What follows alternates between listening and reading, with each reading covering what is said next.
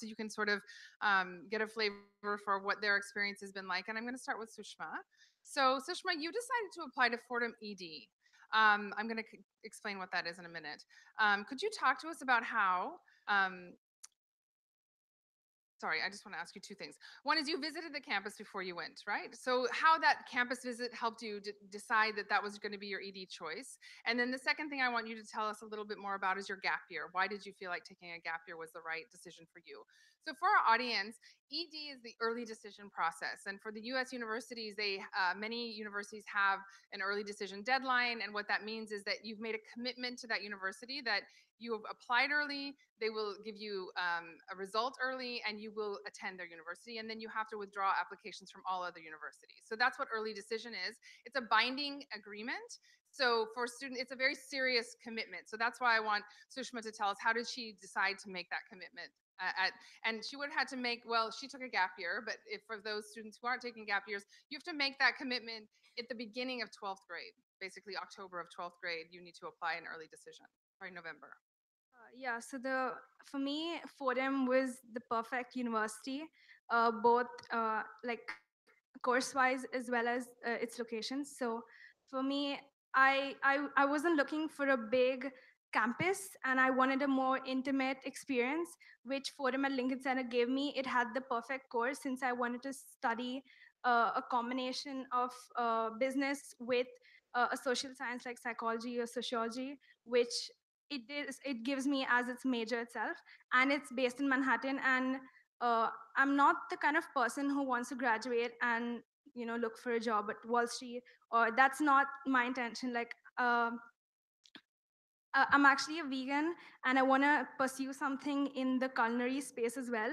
And New York gives me a lot of opportunity because it has two really big culinary institutes, one being entirely vegan. And that was a big part of my decision as well, because being at Fordham gives me the opportunity to be able to attend culinary school on the side, maybe a few days, maybe a few hours. And Fordham gives me this sort of time to be able to do that, as it doesn't have that much of a workload. So it was overall, in all aspects, it was perfect for me. So Okay. yeah. Do you feel that visiting the campus, what was it about your campus visit that kind of clicked and helped you realize this is the right place for you? Yeah, okay. So I was in love with Fordham before I visited, but the second I visited, I knew that this is the college, because I just felt that drive, and it's beautiful. It's exactly how I imagined it, and the staff, they were really nice. And even though they were nice at all the other colleges I visited as well, they just had a different sort of I mean, I can't find the word to describe it, but it was just a feeling that I got. And a lot of my decisions, even though are very calculated, I still, at the end of the day, I like follow my gut. And this was very important. And the second I stepped in, it was just perfect. Like, especially after I saw the banner, Fordham is my campus. Fordham is my university. New York is my campus. It just, like, I felt that blood rush, and it was just it. And compared to all the other colleges, this just felt right. And Yeah, thank you. I think that Sushma's story really demonstrates the importance of finding the right fit. And you hear that a lot, and you hear universities say, we're looking for students for whom we're the right fit. And I think a lot of students are like, well, what does that even mean? How do I know I am in the right fit? I haven't gotten there, I haven't been there, and I'll know that, maybe at some other point. How can I know now? So I think one of the things that Sushma's story really kind of brings out is a lot of times there's a question on the application. I think it may not have been there for Fordham, but the question is, why do you want to attend our university? Pretty simple question, it sounds like. But many students will fill those words, those 200 words, 300 words they have to write for that essay with, I want to attend your university because it's the best, because it's good in this, and it's good in that, and it's good in all these things, which they already know, right? They already kind of know what they're good at, and even if they think they're good at everything, right?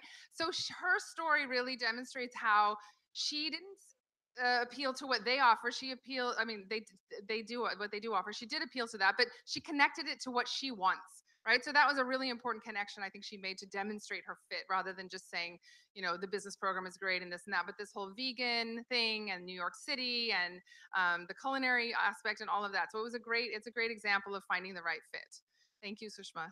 Okay, so next I want to move on and talk to Soumya. Soumya, who I've known for quite a while actually. So it's been wonderful to see your whole journey getting here. It's really great to have you. Um, I think in your case, you had very strong academics. Your test scores were basically almost perfect, and you could have chosen any major, any college in the U.S. You did apply to many other colleges, but you could have chosen any major. I think I want to focus on the major. And can you talk to us about like, and in CBSE you would have had a broad range of subjects. So can you talk to us how you chose the major that you are intending to study and how that finally kind of narrowed it down? Because I just so you guys have a little bit of background, there was some discussion early on with engineering whether Soumya would study engineering, and that is a whole different set of colleges, right? So she's chosen a liberal arts college which doesn't offer engineering. So we kind of want to know a little more about how you got to that decision point.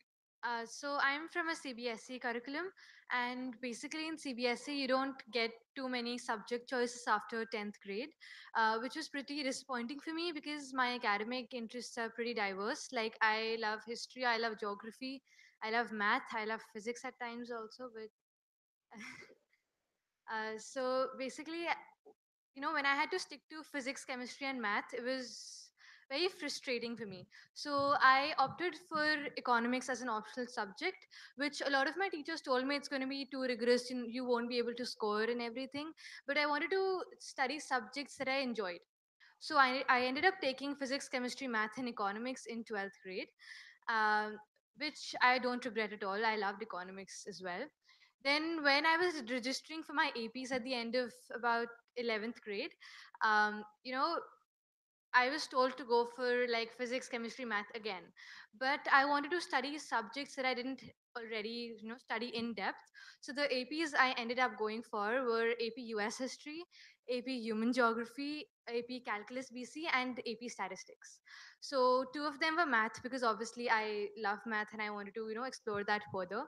But I think just taking such diverse APs was one of the best decisions I ever made, education wise, because that really made me realize that I don't want to stick to one set of subjects for the rest of my school career, college career, and I want to study everything. So that is why I ended up dropping engineering, because then I would have been stuck with science and math. I wanted to go for something that I really loved, which is math. So I decided to, major in applied math. And by the end of 12th grade, I added economics to it. And I applied to a ton of liberal arts schools because in the first 2 years at a liberal arts school, you're expected to study subjects from every single area. So that is a requirement, which was literally the best thing, the thing I wanted to go for in my college. So this fall I'm taking classes like legacies of the ancient world along with intro to computing, which is amazing because then I'm not, I don't have to stick to one line. So which is basically what I wanted ever since I was a kid. I wanted to do history, I want to do geography, I want to do everything, and I don't want to drop math and science either. So yeah.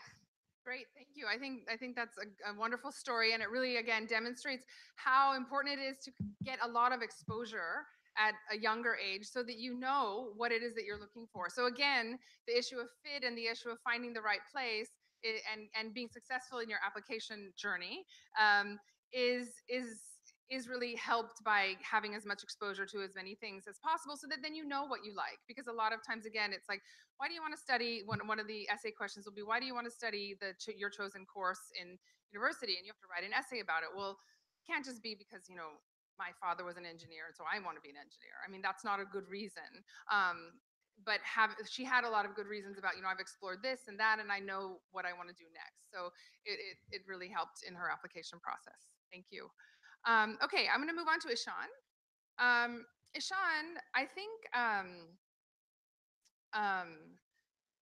you said a little bit about this in your introduction, about being at Pace and being in that sort of IIT stream from the beginning and then deciding. So, can you talk a little about how you made the decision to kind of step away from that? And then, secondly, talk a little bit about um, why did you're going to study in India? India is one of India's new liberal arts campuses. Why did you choose India when you had admissions in also US and Canada? So I think throughout my school life, I've always been a very curious kid. Science was never really taught to me through books, but different projects. And if I could apply this physics theory to the real world, then it worked. Otherwise, it didn't. And therefore, that's why I love my sciences up until the 10th.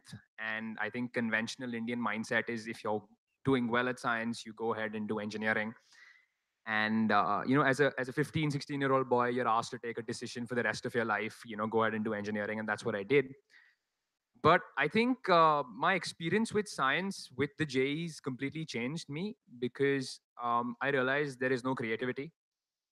They completely burden you down. It's almost like this is a sum, this is the solution, get to it. And the person sitting right next to you, no matter how different he is, if you both can solve the same sum at the same time, you both are the exact same people. So it got to that. And I think those strenuous 16-hour days where you're just cracking your head and you're like, you know what, I used to like physics, I don't anymore. So that got to me. And I think, as Soumya said, the liberal arts really lets you discover yourself as a person. And with the way the world is evolving and the kinds of subjects we have now, I really think that if we are able to do justice to our lives and we really kind of understand each subject and then decide, it's a much better outlook towards the way we move ahead, because it's not like I did well in math so I should do commerce, I didn't do well in my sciences or math, I should do arts. That's not how it works, and that's the conventional Indian mindset. Talking about Ashoka, so definitely did have choices in Canada and the UK. I kind of singled out the UK very early in my application process simply for the fact that they too have a very rigid structure of education, as in you can't change your major, etc.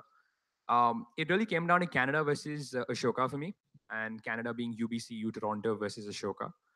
And what really attracted me about Ashoka was that they pay so much attention to the relationship you have with your professors. As in, for example, in a UBC or a U Toronto, you would have classes with 100, 150 people, while at Ashoka, they make sure that there are not more than 20 people in a class.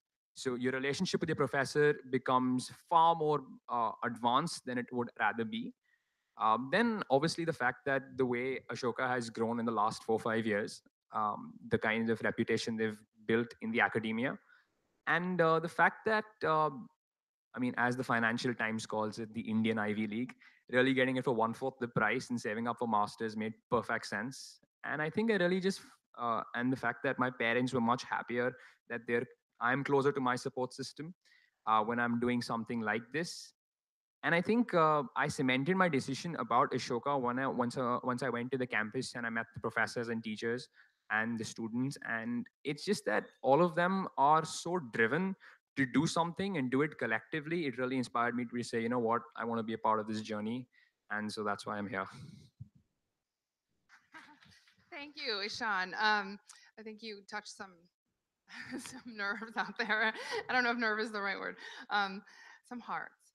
Okay, so I just want to come back to your point and kind of reiterate, the way that Ishan's story really does highlight the way the serious decision that students have to take now about staying in India versus going out, and the kind of education that institutions here can offer, and at like you said, at a price that makes a lot more sense at the undergraduate level. So I think his is a great story, and also I think